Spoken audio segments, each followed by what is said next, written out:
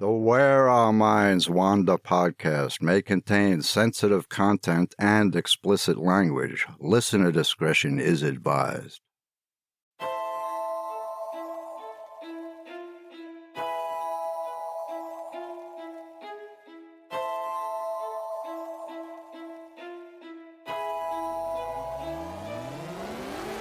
Greetings, fellow wanderers, to the places our minds wander. The house at the end of the dirt road, where disembodied voices whisper and strange sounds make the living shiver. Where shadows lurk at the edge of the woods, just outside your back door. And mysterious lights speed beyond reason across the clear night sky. Odd events throughout time that lead you down the rabbit hole. I'm Wes. And I'm Beth. And this is Where Our Minds Wander. Hello and welcome to Where Our Minds Wander, all you fellow wanderers. Hello, everyone. Before we get into tonight's topics, we want to thank everyone for their continued support. And there are a few ways you can support our show. One way is by purchasing our monthly premium bonus episodes. And another way you can support our show is by going onto your favorite listening app and leaving us a 5-star rating and a comment. It's free to do, and it only takes a few seconds, but we can't stress enough how much it really helps us out. And really quick, if you're looking for something new to read, check out the Our Books tab on our website, whereourmindswander.com, for our latest book offerings. That's right, and they're all books that Beth has written herself. They are. So go check them out. All right, everyone, that's about it for this weekly housekeeping. So let's get into tonight's story. And we're sharing our topic tonight because it's a rather large topic. And since day one of starting our podcast, we've found ourselves mentioning over and over how Sir Arthur Conan Doyle had his hands in pretty much everything. That's true. For most of his adult life, he was involved in pretty much every major paranormal event. He was instrumental in the Cottingley Fairies incident, which we covered in episode 29. And we mentioned him in our episode about Houdini seances. And most recently, his name popped up again in our Agatha Christie episode. And for tonight's show, we decided to take a much closer look at Sir Arthur Conan Doyle. First off, one of the things that I learned right away that I didn't know is that despite people often saying Conan Doyle as his last name, which we're guilty of, his last name is just Doyle. Arthur Ignatius Conan are his first and middle names.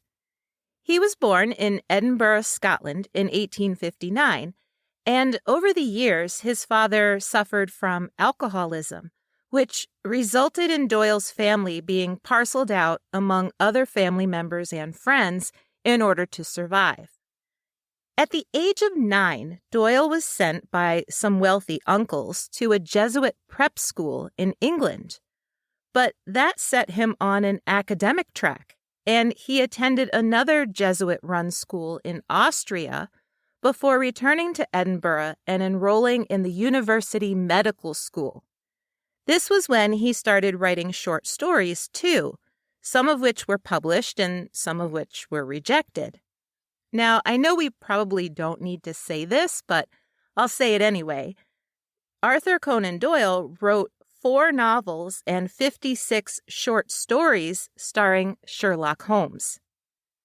By 1880, Doyle was the doctor on board a whaling ship, and by pure luck, the ship met up with Lee Smith's expedition of archipelagos in the Arctic Ocean. When he graduated in 1881 with a bachelor's in medicine and a master's in surgery, he signed on as a surgeon aboard a ship bound for the West African coast. A year later, he set up his own practice in South Sea, England. His practice didn't do very well, though, perhaps because he was a staunch supporter of vaccinations, which was not a popular stance at the time. And Doyle went back to writing fiction in his spare time. Plus, he also found time to get his ophthalmology degree in Vienna. So he was a busy, busy guy. And Doyle was also quite the sportsman. He loved ice skating and golf, and he was also an amateur wrestler. He was one of the 3 judges in the very first bodybuilding competition in the world, and he also started a rifle club on his own property, teaching local men how to shoot. Eventually, he became a committee member of the National Rifle Association. He also judged boxing competitions, and in 1913, he entered the English Amateur Billiards Championship. He was incredibly well-rounded, and his opinion was obviously highly respected. And by this time, he was deeply immersed in the spiritualist movement. Now, what you may not know is that in addition to the Sherlock Holmes books, he also wrote 20 books on spiritualism. His interest first started back in 1881 when he was just 22 years old. He went to a lecture, and although he initially thought it was all nonsense, the ideas behind it intrigued him, especially the idea of thought transference or telepathy. He even tried his own experiments. He and a friend would each take a piece of paper, and without talking, they'd draw shapes while hiding their papers from each other. Doyle was shocked by how often they drew the exact same shapes. From there, his interest just blossomed. Even when he was a practicing doctor, he would go to his patients' houses to take part in seances and table tipping. And these weren't just any patients. In one case, it was a General Drayson who was a teacher at the Naval College. Doyle was so impressed by the table tipping he witnessed there that he wrote a letter about it to Light magazine, a spiritualist weekly newspaper. He was also fascinated by the Fox sisters. By 1887, Doyle was writing articles for Light magazine. In later years, when people questioned how Doyle could have jumped on the spiritualism bandwagon so quickly, he said, quote, "The subject of psychical research is one upon which I have thought more and been slower to form my opinion about than upon any other subject. I have not been hasty in forming my opinion," end quote. But he certainly jumped in with both feet. And in 1889, he attended a lecture on mesmerism given by Professor Milo de Meyer. The lecture hall was filled with 20 or 30 doctors. De Meyer was hoping to prove that hypnosis was a good tactic to use on patients. General Drayson, by the way, was also there. De Meyer demonstrated how his simple hypnosis techniques basically controlled 25 random volunteers into doing things like being unable to close their mouths or falling to their knees and being unable to stand back up. He was basically trying to show these doctors how they could use hypnosis to calm their patients or temporarily paralyze them during procedures. Doyle was so excited that he volunteered to be hypnotized also. However, de Meyer's technique did not work on him.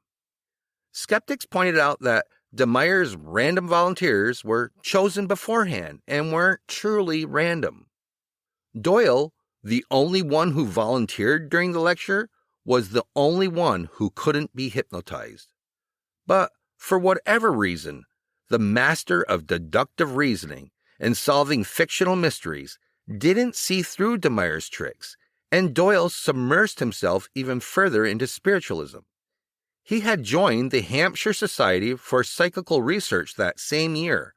Now, whether it was before or after de Meyer's lecture, I'm not sure. But by 1891, Doyle wrote to his mother that he was thinking of killing off Sherlock Holmes so he could dedicate his time to, quote, better things. His mother wasn't very happy about that, since he'd been sending her money from his book sales. But 2 years later, he did it anyway. He also joined the British Society for Psychical Research, mostly because the other members were respected politicians and scientists. In 1894, he went on his very first ghost hunt as a field researcher. He was part of a 3-man team investigating poltergeists at a Colonel Elmore's house in Dorset. Elmore's family, including his wife and adult children, were often awoken by what sounded like human moaning and large chains being dragged across the floor. The majority of their servants had left the house because they were too frightened to work there, and even the family dog refused to go into certain rooms. Doyle and his 2 partners, Dr. Sidney Scott and Frank Podmore, spent a couple nights at the Elmore house. The first night was pretty quiet, but on the second night, they heard all kinds of unexplained noises that Doyle described as, quote, a fearsome uproar. However, he left the house unsure if it was truly haunted or if it was a hoax. But when the body of a 10-year-old boy was found buried in the Elmore's garden, Doyle was convinced that the sounds he'd heard were due to a genuine haunting. Doyle's downfall was that he was so enamored with the idea of ghosts and mediumship that he often got hoodwinked by frauds. Even back then, people wondered how a man who created a character like Sherlock Holmes wouldn't question the things he witnessed with the same kind of reasoning. But he was never interested in debunking, which is interesting to me. For example, he helped investigate Julius and Agnes Zanzig, a couple who were famous for their psychic powers.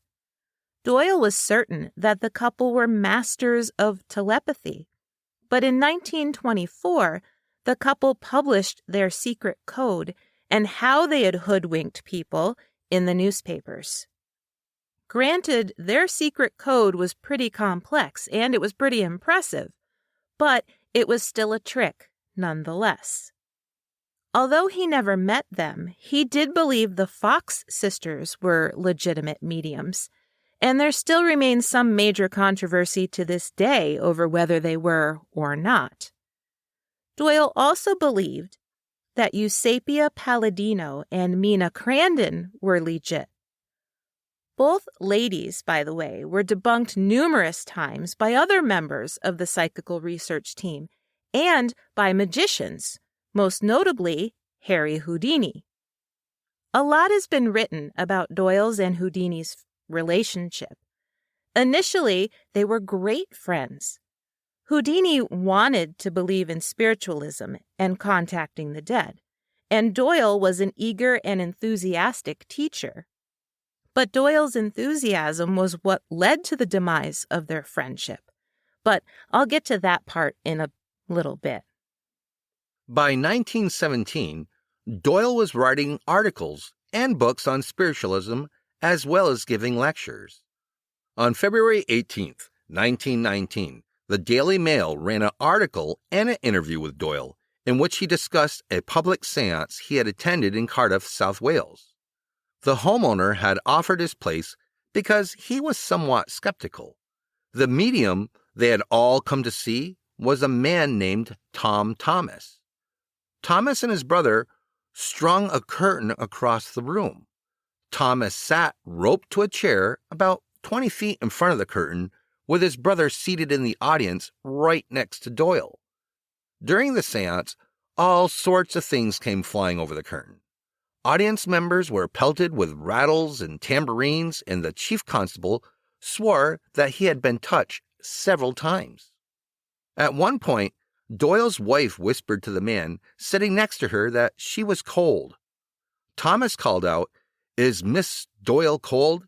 And his coat came flying over the curtain, and it landed in her lap. When the lights were turned back on, Thomas was still roped to his chair, but he no longer had his coat on. In the interview, Doyle explained that both Thomas and his brother were thoroughly searched by the constable prior to the seance, including their boots. But then between 1920 and 1922, two things happened that turned out to be huge blows to Doyle's credibility. First, he supported claims that two little girls had made that they had photographed fairies.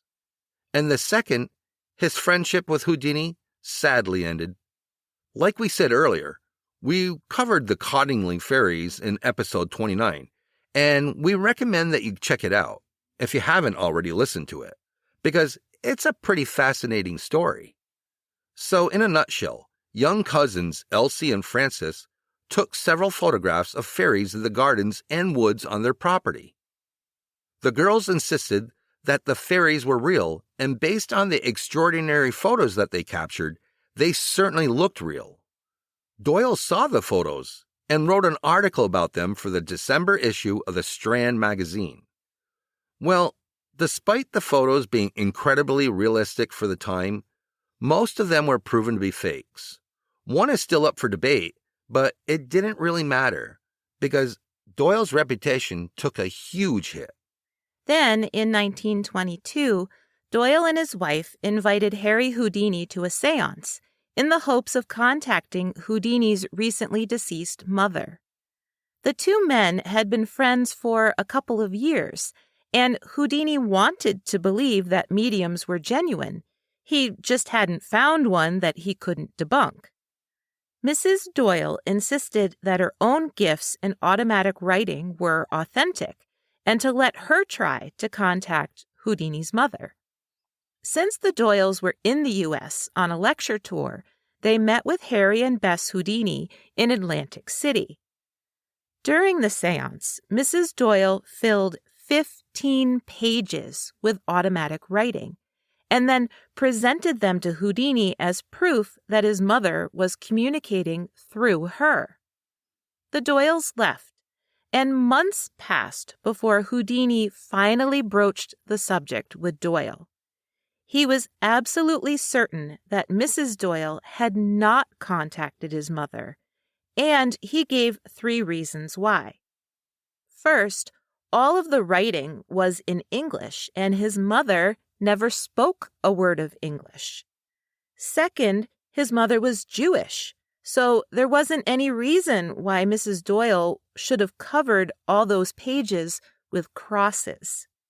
And thirdly, Houdini was certain that his mother would have mentioned that the séance was held on her birthday, a fact he hadn't shared with either Doyle. Doyle refused to accept Houdini's opinion, and he argued back that, firstly, spirits didn't care about things like birthdays.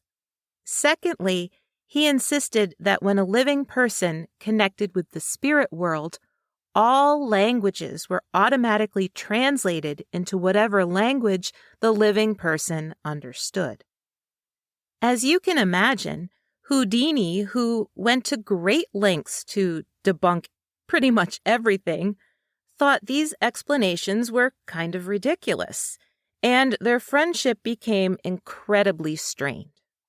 I know, it just makes you think that if they would have stayed together, who knows what they could have done by teaming up. Right, what they could have proven and what they could have accomplished Right. if they had stuck together. It's truly sad. Well, Beth and I are going to take a break, so sit back and listen to this Who'da Thunk It, and we'll return to our story on Sir Arthur Conan Doyle.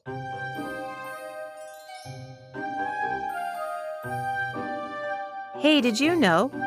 Starry Night, one of the most recognized paintings in the world, was painted by Van Gogh in 1888. It was his version of what he saw through his window of the St. Paul de Mausole Asylum. When he painted it, he left out the bars across his window. Who'da thunk it? All right, everybody, we are back from our short break, and Wes is going to get us right back into Sir Arthur Conan Doyle. In 1925, Doyle embarked on a new spiritualist endeavor, which he announced in Light magazine. He was opening a specialty bookstore in London. He wrote, "Nothing but psychic books will be sold, and a large stock kept in hand, while every effort will be made to meet the wants of customers." He also asked for readers to send in copies of books that they might have, so that his bookstore had more than one of everything. His psychic bookshop on Victoria Street in London offered both old and new titles related to psychic phenomenon and ghosts. Doyle wanted everyone to be able to learn about spiritualism, so he set up a lending library within the shop, and he had mail order services so books could be shipped outside of London. He also ran a publishing company out of the bookshop for 5 years, so that new titles were constantly being added. And as an added perk, his employees were great at listening to customers' paranormal issues and recommending the best mediums to help them out and deal with their hauntings. Eventually, Doyle branched out beyond books and set up a psychic museum in the shop's basement. Customers could buy all kinds of tools used to communicate with ghosts, like the popular spirit trumpet. It was basically a long cardboard cone, and as a medium channeled a spirit and spoke into the cone, it was supposed to amplify the medium's voice so everyone could hear them better. He also sold copies of the Cottingley Ferry photographs. Doyle filled the museum with things that people couldn't buy as well, like spirit paintings. These were done by mediums who could see a spirit and then painted its portrait. He also had examples of spirit photography, where the apparitions of dead loved ones or dead pets showed up in a photo. He also had ghost fingerprints, delicately imprinted in soot on top of a photographic plate. But his favorite artifact was a pair of wax hands. Now, these hands were pretty remarkable. Doyle claimed that during a seance, a spirit was able to manifest solidly enough to dip their hands into the hot wax for long enough to leave an impression. He firmly believed that the thin wrist of the wax hands proved that they were made by a spirit because they were too narrow to have been made by a living person. He also promoted his bookshop and the spiritualist movement at the same time by continuing to grant interviews and give lectures. In one interview that he gave to the reporter H.C. Norris, he said, quote, "Apparently from the spirit messages which I received, we are in this world chiefly for the purposes of self-improvement. Our aim is the angels, and when we become like them, or rather when we become angels ourselves, we enter heaven, which is many miles above the earth, in what is known as the seventh or outer sphere. After death, we progress from one circle to another until we reach the outermost." End quote. He also liked to share stories about an Exmouth doctor named Beale, who was very good at his job, even though he had been dead for 80 years. The doctor would instruct a nurse what to do through mediumship. And 3 years later, on February 6, 1928, the psychic bookshop was broken into and burglarized. Whoever did it seemed more interested in ransacking the place rather than stealing anything. And although Doyle was disheartened by the burglary and vandalism, he wasn't deterred from continuing to promote his belief in spiritualism, right up until his death on July 7th, 1930, and kind of after his death, too. Yeah, so like Houdini, Doyle allegedly made a pact with his wife that he would communicate a specific message that only the two of them knew from beyond the grave. Less than a week after he died, a seance was held at the Royal Albert Hall, where thousands of people came to witness a medium try to contact him. The medium's name was Estelle Roberts, and during the seance, she claimed to see Doyle's apparition sitting in an empty chair. When she asked if Doyle had a message for his wife, whatever she said was drowned out at that exact moment by badly timed organ music. 4 years later, at the Aeolian Hall on Bond Street, a medium named Noah Zerdin held a public seance with an audience of 560 people. Zerdin allegedly contacted 44 spirits during the seance, one of whom claimed to be Sir Arthur Conan Doyle. So, throughout all those years of accepting everything he was exposed to as authentic, is it safe to assume that Doyle was hoodwinked every single time? Maybe, maybe not. There's no way of knowing if the authentic paranormal things were occurring for a number of reasons. The first is that in popular media forums, we only tend to hear about the times he was fooled. Second, despite being fooled several times, Doyle still felt the urgency and conviction to keep searching and experimenting. Maybe that was because he still hadn't come across solid proof, or maybe it was because he actually had. And third, it's really hard to understand how the novelist who created someone like Sherlock Holmes was willing to cast aside logic when it came to spiritualism. Is it possible for one person to be split like that? So, what we haven't mentioned so far is that Doyle's son Kingsley died at a young age in 1918. The young man had wanted to be a doctor, but ended up putting his studies on hold because of World War I. During the war, he was shot twice in the same shoulder, but he survived. His father referred to him often as the finest young man, and he was devastated when Kingsley passed away from pneumonia after the war. Maybe the real reason Doyle clung so tightly to the idea of life after death was because he desperately wanted to communicate with his son, or at the very least, he wanted to feel reassured that life after death existed. Maybe that was enough to make Doyle continue searching for evidence of the paranormal, and why he was so willing to believe the frauds who took advantage of him. Houdini once said, quote, "There is nothing that Sir Arthur will believe that surprises me."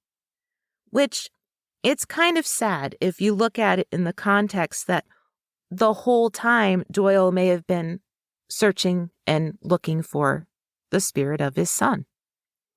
So, rather than let Houdini have the last word, let's let Doyle have the last word. He said, quote, "Life is infinitely stranger than anything which the mind of man could invent." End quote. And, regardless of whether he was hoodwinked a lot or not, I have a lot of respect for Sir Arthur Conan Doyle because he was so tenacious, he never wavered in his beliefs, and he never did give up.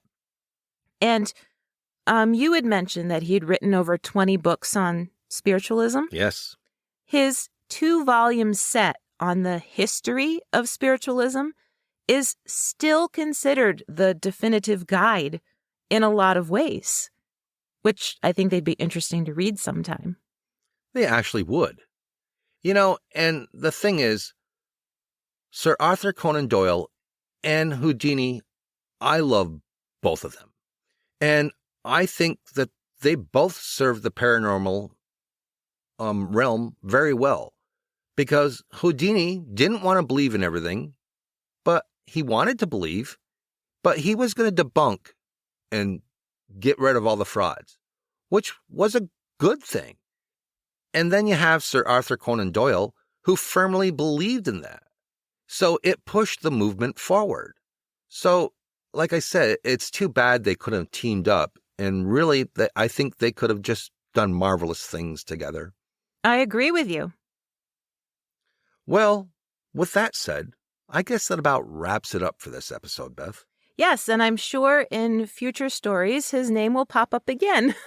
Oh, it always will. It always will, because he was involved in everything. Well, if you'd like to know more about Sir Arthur Conan Doyle and his link to spiritualism, you can always check out our sources in our show notes, where I got the information from. And it's a great place to find more stuff that, we may not have included. Or it could send you down the rabbit hole looking for other things that you never knew you wanted to know. That's right. It's a good jumping off point. Yes. Join us again next week for an all-new episode of Where Our Minds Wander. See you soon.